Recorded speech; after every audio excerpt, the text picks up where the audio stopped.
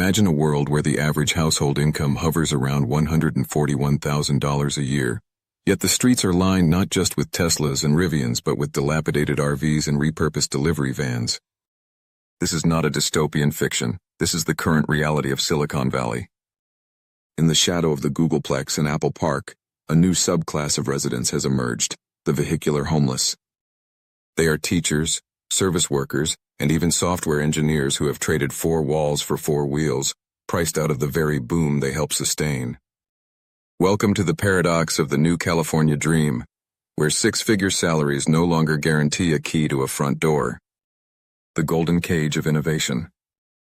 To understand why thousands of people are choosing, or are forced, to live in vehicles in one of the wealthiest regions on Earth, one must first confront the sheer scale of the economic distortion in the Bay Area.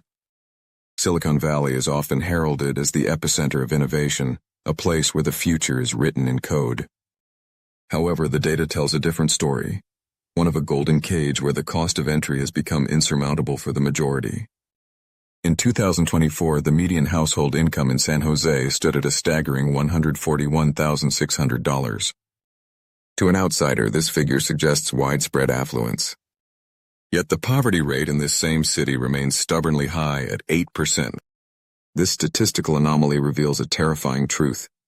In Silicon Valley, being middle class by national standards places you perilously close to poverty. The gap between income and survival is best illustrated by the self-sufficiency standard.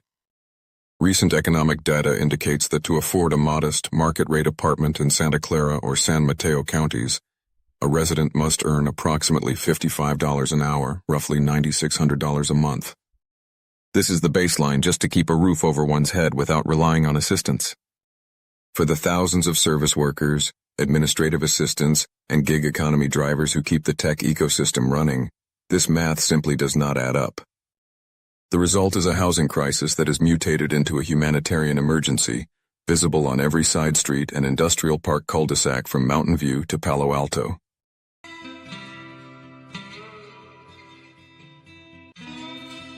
The data of displacement. The most recent point-in-time counts for 2024 provide a grim snapshot of this displacement. In Santa Clara County alone, the homeless population has surpassed 10,000 individuals. What makes this figure particularly harrowing is the nature of that homelessness. Unlike cities on the East Coast where the majority of the unhoused find refuge in shelters, Silicon Valley has an unsheltered rate of roughly 71 to 74%. This means that nearly 3 out of every 4 homeless individuals are sleeping outside, in tents, or increasingly in vehicles. This is the highest rate of unsheltered homelessness of any major metropolitan region in the United States. These are not merely statistics, they represent a fundamental failure of the housing market. In San Jose, the lack of multifamily zoning has created a bottleneck where supply cannot possibly meet demand.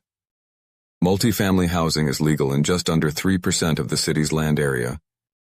This restrictive zoning acts as an invisible wall, protecting the property values of single-family homeowners while pushing everyone else onto the streets.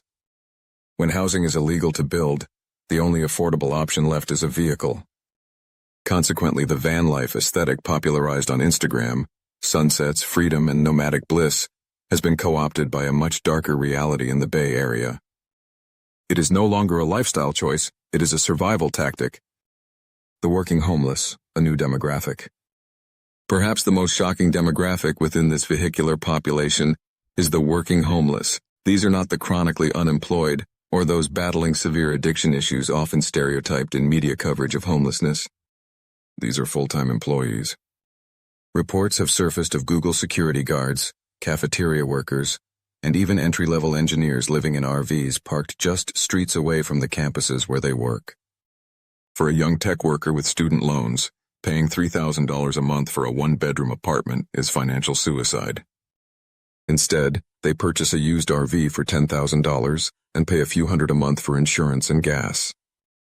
Consider the math. A contract worker earning $80,000 a year, a salary that would be upper middle class in Ohio, takes home roughly $4,500 a month after taxes. If they rent an average apartment in Mountain View, over 60% of their income vanishes instantly.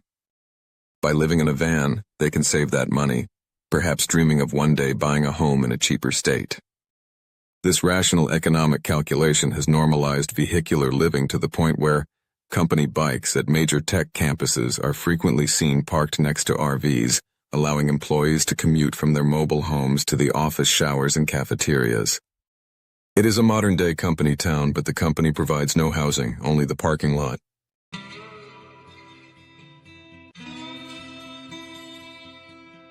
The rise of the Vanlord. Where there is a desperate need, a predatory market inevitably follows. The Silicon Valley housing crisis has birthed a new illicit economy, the Vanlord. Enterprising individuals have begun purchasing fleets of dilapidated, non-functional RVs and renting them out to the desperate for $300 to $800 a month. These vehicles often do not run, have no electricity, and lack functioning sanitation. They are essentially metal tents rented out by slumlords of the street.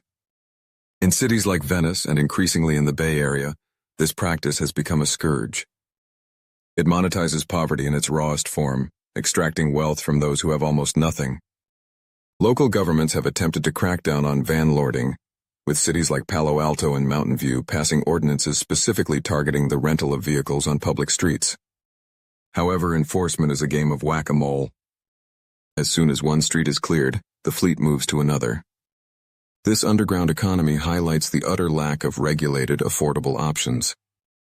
When the market rate for a room is $1,500, an $800 moldy RV becomes the affordable alternative.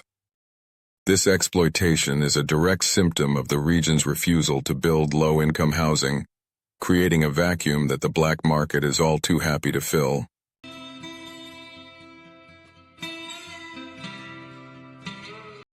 The legal battleground, narrow streets and safe parking.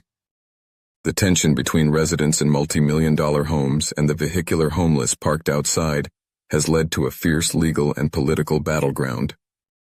Mountain View, the home of Google, has been at the center of this conflict. In recent years, the city passed the Narrow Streets Ordinance, effectively banning RVs from parking on the vast majority of city streets.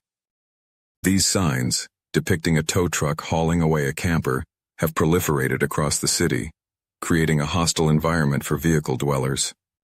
The message is clear: you can work here, but you cannot sleep here. In response to the humanitarian outcry, cities have established safe parking programs. These initiatives allow people living in vehicles to park in designated lots overnight, often at churches or train stations, providing security and sanitation. However, the scale of these programs is woefully inadequate compared to the need. A safe parking lot might offer 40 or 50 spots, while the county has thousands of people living in vehicles. The waiting lists are long and the restrictions are tight.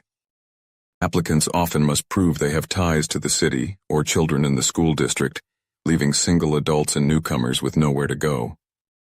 Furthermore, these lots are often temporary, operating only overnight, forcing residents to move their homes every single morning, burning precious fuel and adding to the daily stress of survival.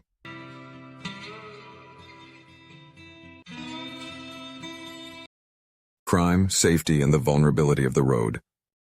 Living in a vehicle also exposes residents to significant safety risks, a reality often glossed over in discussions about housing.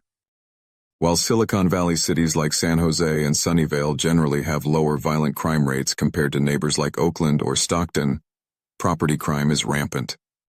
San Francisco and the Bay Area have some of the highest rates of larceny and auto burglary in the nation. For a vehicle dweller, their van is not just a car, it is their entire life. A smashed window is not just an inconvenience, it is a breach of their home. The theft of a generator or a catalytic converter can be a catastrophic financial blow that pushes them from the van onto the sidewalk. Moreover, the isolation of vehicle living makes women and the elderly particularly vulnerable. The lack of secure legal parking means many are forced to park in industrial zones or dark corners of the city to avoid police detection. In these shadows, they are easy targets for robbery and assault. The 2024 crime statistics for Oakland, just a short drive north, show a violent crime rate of nearly 20 per 1,000 residents. While the valley is safer, the spillover effects are real. As cities like Mountain View and Palo Alto tighten their restrictions, vehicle dwellers are pushed toward these higher crime areas in the East Bay, trading the safety of the suburbs for the tolerance of the inner city, where the risk of violence rises exponentially.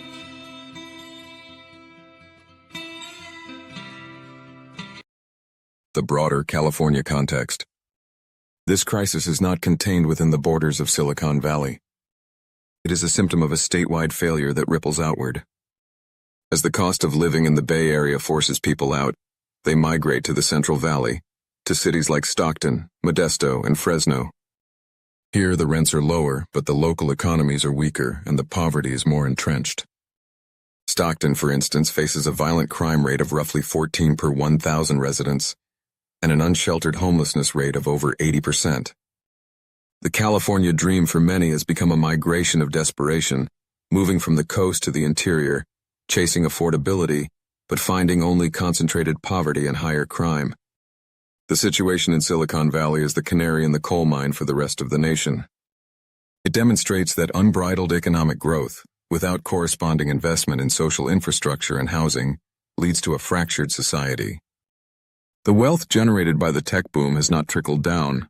It has evaporated the ground beneath the feet of the working class. The RVs lining El Camino Real are not signs of a nomadic trend. They are refugees of gentrification. A dream deferred. As we look toward the future, the question remains, is this the new normal? With median home prices in San Jose effectively locking out anyone earning less than $300,000 a year, the prospect of home ownership is dead for the working class. The van, once a symbol of counterculture rebellion, has become the only viable housing module for the service class of the 21st century. Unless there is a radical shift in zoning laws, wage structures, and social attitudes, the new California dream will continue to look less like a suburban house with a white picket fence and more like a curtained window in a parking lot, waiting for the knock of a police officer telling you to move along. The tragedy of Silicon Valley is not that it lacks the resources to solve this problem. It is that it has normalized the absurdity of it, accepting that in the richest valley in the world, a van down by the river is no longer a punchline, but an aspiration.